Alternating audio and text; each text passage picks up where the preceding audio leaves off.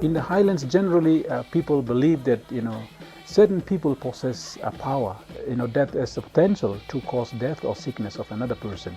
People believe that sorcery exists, but we found out also that a lot of people believe in sorcery despite of the education level, despite of scientific explanations or biomedical explanations to sickness and death. People continue to hold on to the belief because I think it's deeply rooted.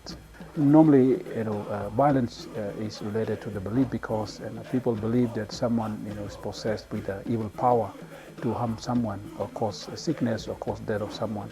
And so people retaliate when someone is sick or when someone dies.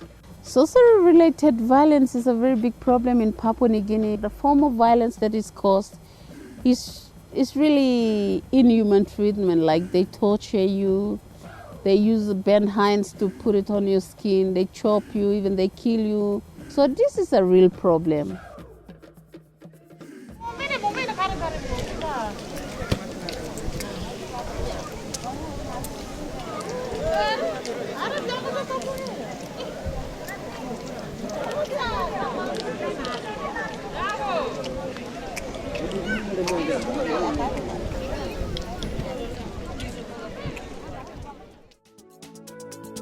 Sorcery-related violence, it's a big issue in the highlands. It's a cultural norm.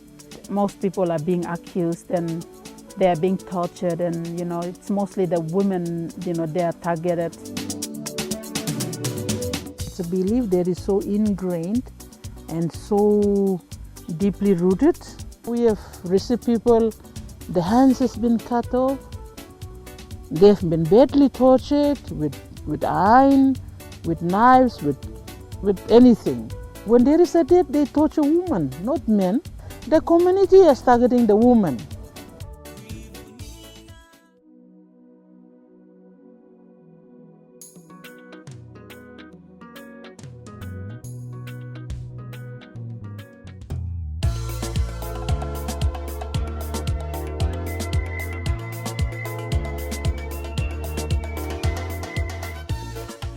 We came up with the idea of a rapid response team, and the idea of rapid response was like, it worked really well. We have district vocal people in the districts who quickly respond to these cases. Like if they hear a rumor that if someone is going to be locked up in a house and going to be burnt or tortured, they quickly call the network, call the police to go in, and we only give them the directions and the places where the women are.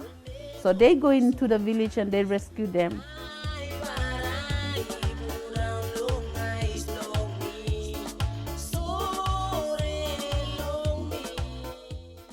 We are doing some great work, and I'm really pleased. I worked in my own area, trying to prevent conflict, mainly to defend the rights of the people, those who have been accused of sorcery was the target, but then we also do this program for eval, like ending violence against women as well. I see them, when they approach us, they are in a terrible situation. When we help them out, they feel great. We see them, coming out with a face where, they are really, really happy. And when I see the happy face, I always feel satisfied.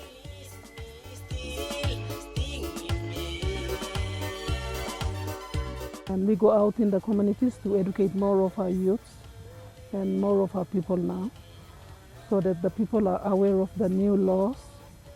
We are now trying to educate more women to aware of where to go and get help, like we tell them where to report to.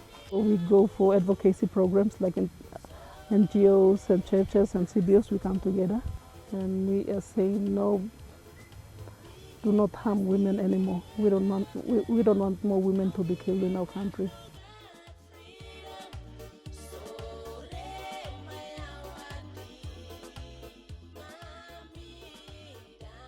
It's about time that people have to speak up on what is not right. When we were doing the community consultation, they came up with a lot of way forward. They want to know the new law. They want to make laws to stop people abusing each other. They also want ongoing training on the human rights, on ending gender-based violence. They asked for a rescue team to be set up.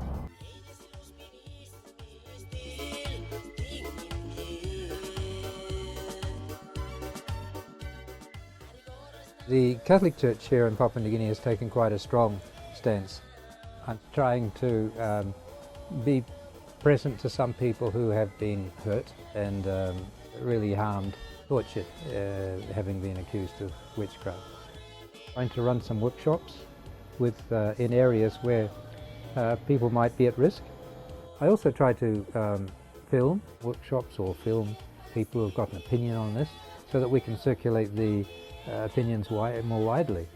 I can't be everywhere, but we can make lots of DVDs and then they can use them somewhere else.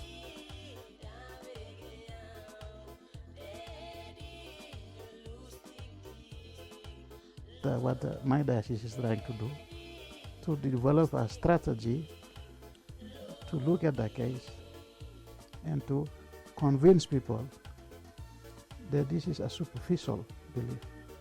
We are asking our church leaders to step in, to take ownership of the situation, try to console them and give their dignity back.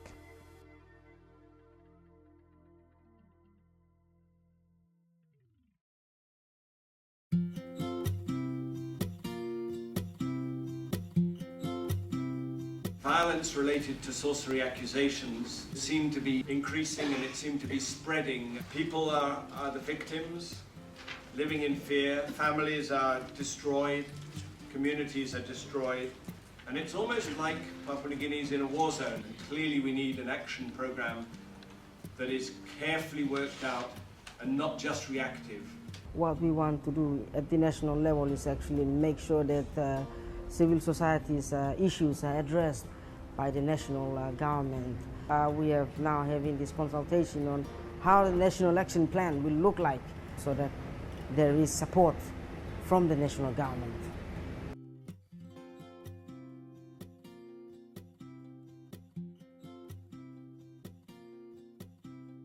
Today's implementation workshop now draws on the previous two gatherings to ensure that concrete actions are thought out, planned and implemented.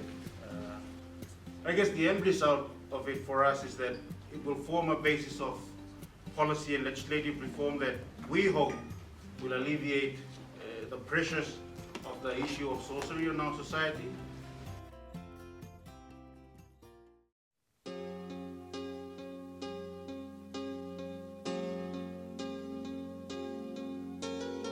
It's difficult for people overseas when they see these headlines and think that everyone in Papua New Guinea is involved in this sort of thing, which is not true. And the majority of Papua New Guineans feel that this sort of thing is horrific. They would not want to take part in this sort of thing at all.